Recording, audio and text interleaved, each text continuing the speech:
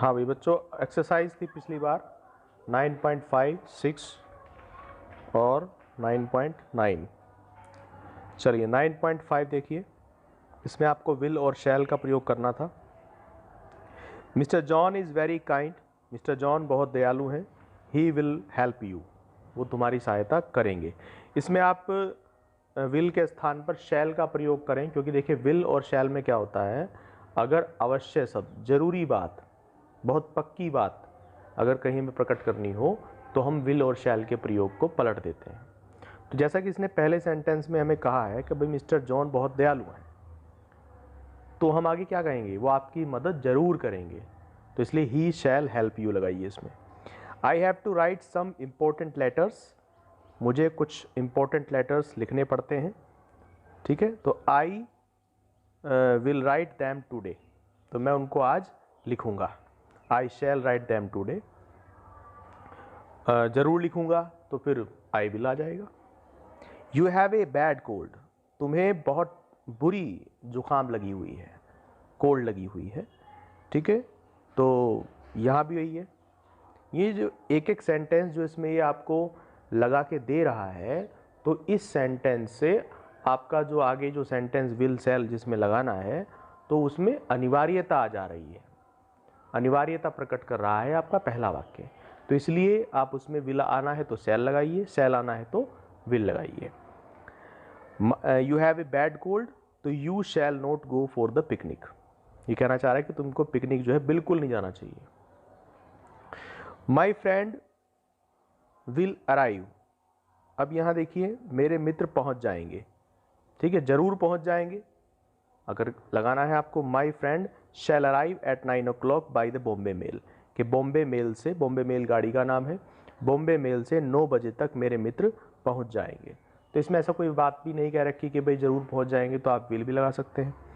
His parents are going to Shimla, उसके माँ बाप शिमला जा रहे हैं, तो definitely he shall go with them, वो भी उनके साथ अवश्य जाएगा। ठीक है भाई। You will get a good present on your next birthday, तुम अपने नेक्स्ट बर्थडे पर एक अच्छा प्रेजेंट प्राप्त करोगे। यहाँ आप विल से काम चला सकते हैं। वी शैल वर्क हार्ड, हम मेहनत करेंगे, और finish the work in time, और काम को समय पर ख़त्म करेंगे। यहाँ भी आप शैल से काम चला सकते हैं। He will not leave office, वो ऑफिस से नहीं जाएगा। Before typing all the letters, सारे लेटर्स को टाइप करने से पहले वो जो है ऑफिस नहीं छोड़ेगा।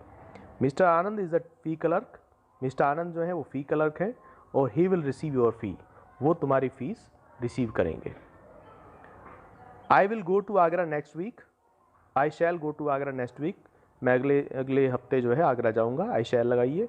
और I shall bring your books from there, और मैं वहाँ से तुम्हारी किताबें लाऊंगा।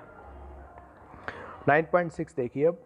डॉक्टर यादव, इसमें आपको मे, कैन, मस्ट और मस्ट नॉट का प्रयोग करना है।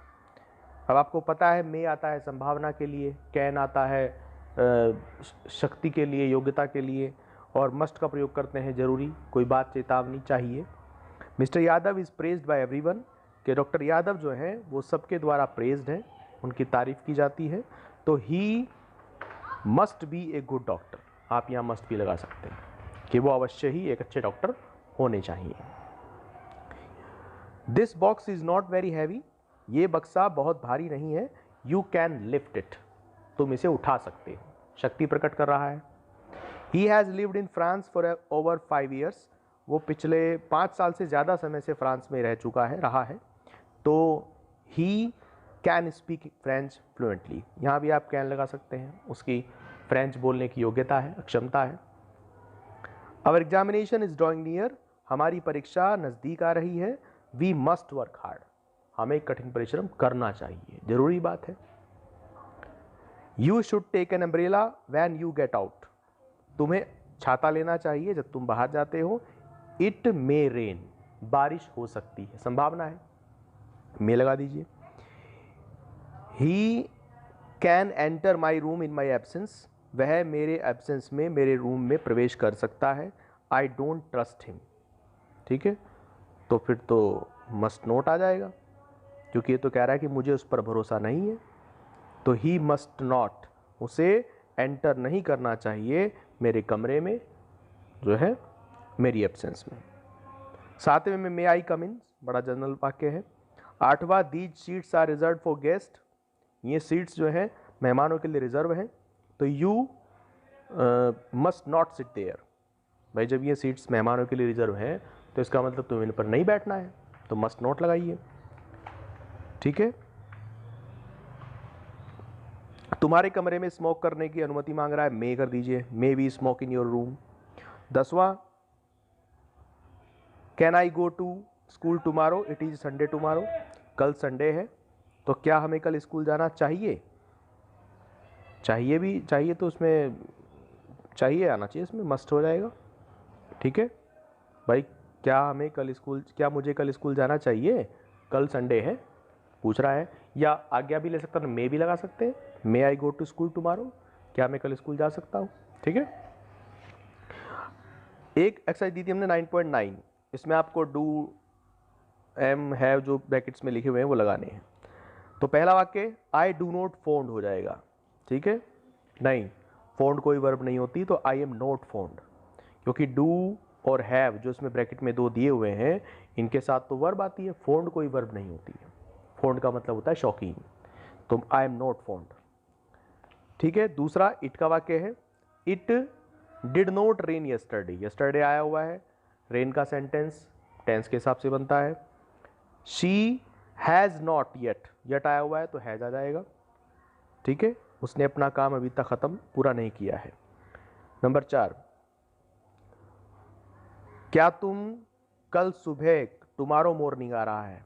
ठीक है, क्या तुम कल सुबह जो है जल्दी उठते हो। अब देखिए टुमारो लगा रहा है तो फ्यूचर का वाक्य होना चाहिए था, लेकिन आगे जो है फ्यूचर का कोई दिया हुआ ही नहीं है इसमें, नहीं तो इसमें तो, लेकिन इसमें हाँ हैव के बाद टू आ रहा है ना, यू के बाद टू आ रहा है, तो टू लगता है हैज टू हैव टू में। टू केवल हैज टू या हैव टू के साथ ही आ सकता है, टू के साथ तो कभी टू आता नहीं, तो इसलिए यहाँ पे आप हैव यू टू कर सकते हैं। अभी मैं आपको हैज टू हैव टू का प्रयोग भी आज बता दूंगा। ए जेंटलमैन डज नॉट हो जाएगा, डज नॉट टेल लाइज। छठा, we have made, third form have के साथ ही आ सकती है। 7वां, अमेरिका वाज डिस्कवर्ड, ये पैसिव वॉइस का वाक्य है, आपको अगर अभी समझ नहीं आ रहा है तो जब पैसिव वॉइस पढ़ाएंगे तो पता लग जाएगा। आई, मैं, जब मैं युवा था तब मैं नदी के पार तैर जाया करता था। ठीक है, तो आप वुड का प्रयोग भी कर सकते हैं और कुड का प्रयोग भी कर सकते हैं। कुड आ सकता है क्योंकि ये उसकी जो है तैरने की क्षमता है, तो क्षमता को आप कुड से दिखा सकते हैं। I could swim across the river when I was young, जब मैं यंग था तो मैं नदी किनारे तैर सकता था, मुझ में तैरने की योग्यता थी। वी ओट टू, देखिए इसमें टू आ गया है पहले ही वर्ब में, टू लव, तो टू तो ओट के साथ ही आता है। We ought to love our neighbours, हमें अपने पड़ोसियों से प्रेम करना चाहिए। माई ब्रदर इज 16, मेरा भाई 16 साल का है। Next year he will be 17, अगले साल जो है वो 17 ईयर्स का हो जाएगा, तो विल लगा सकते हैं, कोई दिक्कत नहीं है भाई। जब पक्की बात कहनी हो तो विल का प्रयोग कर देते हैं, भाई वो अभी 16 का है तो अगले साल जाहिर सी बात है वो 17 का हो जाएगा। ठीक है, चलिए अब आप इसमें जो है अगली जो एक्सरसाइज है 9.10 और 9.11 ये बना सकते हैं। बाकी मैं आपको जो मॉडल्स रह गए हैं, जैसे अगला एक मॉडल है आपका नीड, नीड का मतलब होता है आवश्यकता होना, तो अगर नीड के सेंटेंस में आवश्यकता होना के अलावा कोई और दूसरी क्रिया भी आपको नजर आए, तब आप नीड को मॉडल वर्ब की तरह यूज करेंगे और दूसरी क्रिया को मेन वर्ब की तरह यूज करेंगे। जैसे मान लो वाक्य है तुम्हें झूठ बोलने की आवश्यकता नहीं है। अब देखिए इस वाक्य में आवश्यकता होना और इसके साथ साथ झूठ बोलना, बोलना भी है, देखो दो क्रिया हो गई, आवश्यकता तो है ही, बोलना भी आ गया है। तो जिस वाक्य में आपको आवश्यकता होना के अलावा एक दूसरी क्रिया और नजर आए तो वहां आप नीड को मॉडल वर्ब की तरह, हेल्पिंग वर्ब की तरह यूज करेंगे और दूसरी वर्ब को मेन वर्ब की तरह यूज करेंगे। जैसे ये वाक्य बनेगा you need not tell a lie. देखिए यू सब्जेक्ट यू हो गया, नीड नोट आपका हेल्पिंग वर्ब और नोट के साथ हो गया, मेन वर्ब आपका टेल ए लाई। ठीक है, लेकिन जहां आवश्यकता होना के अलावा कोई दूसरी क्रिया नहीं है, जैसे तुम्हें जूतों की आवश्यकता है, अब देखिए यहां तो कोई और क्रिया है नहीं, तो यू नीड शूज। इस वाक्य में आप नीड को जिस तरह से आप प्रेजेंट इंडेफिनिट टेंस या पास्ट इंडेफिनिट टेंस या किसी भी टेंस के वाक्य बनाते हैं और वहाँ मेन वर्ब जो होती है उसका जो भी आप उसमें SEIS या फिर सेकंड फॉर्म या फिर ING लगाते हैं वो सब नीड में लगाना पड़ेगा। मतलब नीड का प्रयोग मेन वर्ब की तरह करा जाएगा। तुम्हें जूतों की आवश्यकता है, तुम्हें पैसों की आवश्यकता है, तो इन वाक्यों में कोई वर्ब वो दूसरी है ही नहीं। You need shoes, I need money, he needs, देखो नीड में एस लग गया क्योंकि ही का भाग, ही नीड्स मनी, उसे पैसों की आवश्यकता है। इसी तरह से एक आता है यूज टू और वुड। यूज टू का मतलब होता है अगर आपकी कोई ऐसी आदत है जो भूतकाल में थी, आज आपने वो आदत छोड़ दी है। मैं बचपन में गालियां दिया करता था, ये मैंने आपको वाक्य हैबिचुअल एक्शंस एक चैप्टर है इसमें, उसमें भी कराए थे। मैं गालियां दिया करता था, तो क्या हो जाएगा, I use to abuse, I use to abuse, क्योंकि ये पहली बात है। आप यहाँ वुड भी लगा सकते हैं अगर कोई ऐसी बात नहीं है वाक्य में प्रकट हो रही कि भाई पहले काम किया करता था आज नहीं करता हूँ, ऐसा कुछ प्रकट नहीं हो रहा है, तो आप वुड भी लगा सकते हैं। आई वुड एब्यूज, मैं गालियाँ दिया करता था। लेकिन वुड का प्रयोग ये प्रकट करेगा कि भाई गालियाँ आप दिया करते थे और हो सकता है कि आप आज भी गाली देते हो। लेकिन अगर आप इन्हें यूज टू लगा दिया कि आई यूज टू एब्यूज, तो इसका मतलब है आप गालियाँ पहले दिया करते थे, अब आप गाली नहीं देते। ठीक है, इसके अलावा नीड की तरह ही एक और वर्ब होती है, मॉडल वर्ब में आती है, वो भी डेयर। डेयर मतलब हिम्मत करना, साहस करना। तो इसमें भी यही बात है, अगर आप डेयर को हेल्पिंग वर्ब मानकर चलते हैं तो फिर तो भाई इसके साथ आपको दूसरी वर्ब जो लगाओगे आप उसमें इन्फिनेटिव आएगा। जैसे हम कहते हैं कि उसमें गाली देने की हिम्मत है, उसमें गाली देने का साहस है, तो पहले कर्ता ही लगाइए, फिर प्रेजेंट इंडेफिनिट टेंस का प्रयोग करते हुए डेयर के साथ एस जोड़ दीजिए, ही डेयर्स, और उसके बाद दूसरी वर्ब क्या है, गाली देना, तो क्या आ जाएगा, to abuse, he dares to abuse him, उसमें उसे उसमें तुम्हें गाली देने की हिम्मत है।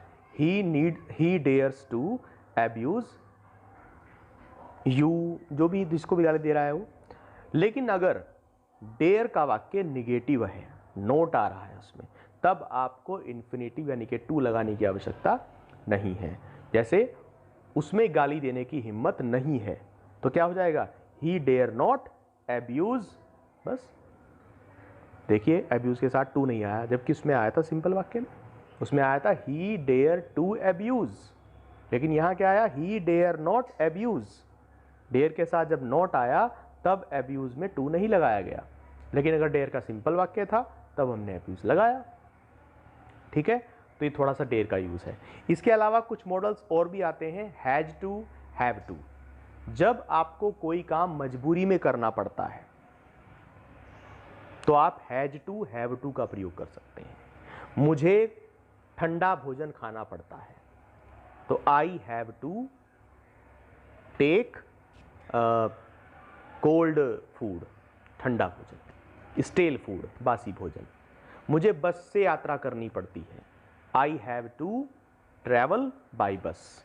ठीक है, पड़ता है, पड़ती है, अगर वाक्य में इस तरह की बात आती है, मजबूरी में कोई काम आपको करना पड़ रहा है। अगर ये वाक्य भूतकाल के हैं तो हैड टू लगा दीजिए, मुझे कोई काम करना पड़ा।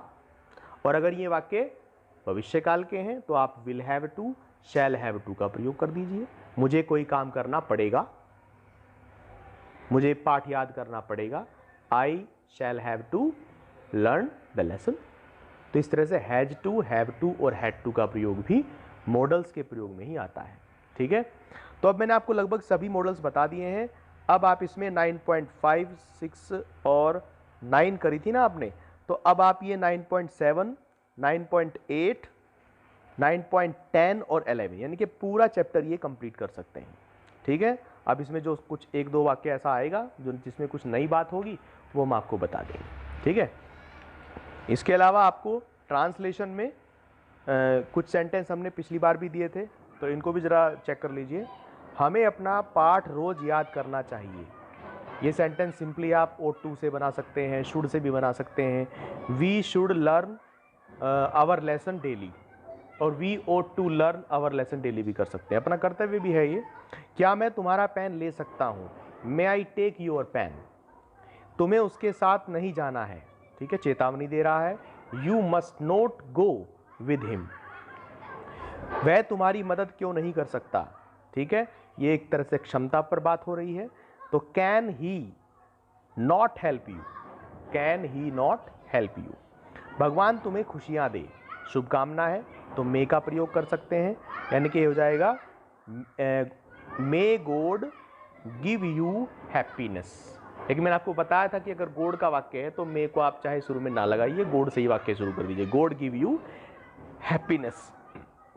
तुम्हें दवाई समय पर लेनी चाहिए, जरूरी बात है। You must take medicine in time या ऑन टाइम।